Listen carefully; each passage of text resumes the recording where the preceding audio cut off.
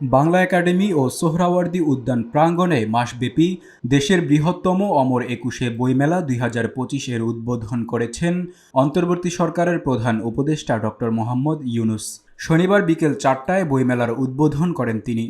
বিশেষ অতিথি হিসেবে উপস্থিত ছিলেন সংস্কৃতি বিষয়ক উপদেষ্টা মুস্তফা সরওয়ার ফারুকী।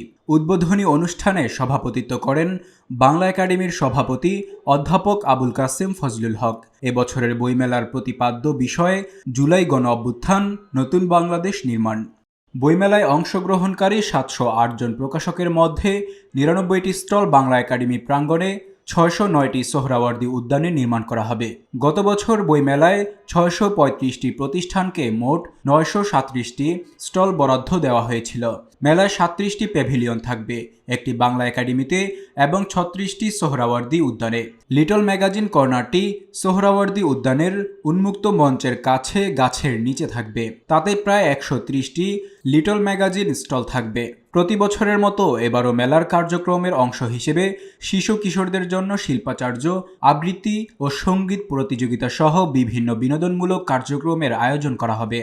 আয়োজকরা জানিয়েছেন, এবছর অমর একুশে বইমেলা পরিবেশ বান্ধব এবং শূন্য বর্জ্য হওয়ার লক্ষ্যে পরিচালিত হচ্ছে। সকল অংশগ্রহণকারী এবং বইমেলার অংশীদারদের একবার ব্যবহারযোগ্য প্লাস্টিকের পরিবর্তে পাট, কাপড় ও কাগজের মতো টেকসই উপকরণ ব্যবহার করার জন্য উৎসাহিত ও অনুরোধ করা হচ্ছে। বইমেলা প্রতি কর্মদিবসে সকলের জন্য বিকাল ৩টা থেকে রাত ৯টা এবং সরকারি ছুটির দিনে সকাল ১১টা থেকে রাত ৯টা পর্যন্ত উন্মুক্ত থাকবে। দুপুরের খাবার ও নামাজের জন্য ১ ঘন্টা বিরতি থাকবে। ৮ ও ১৫ ফেব্রুয়ারি বাদে শুক্র ও শনিবার বেলা ১১টা থেকে দুপুর ১টা পর্যন্ত চলবে বিশেষ শিশু প্রহর।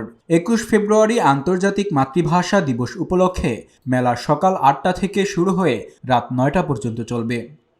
Desk report, public post, Dhaka.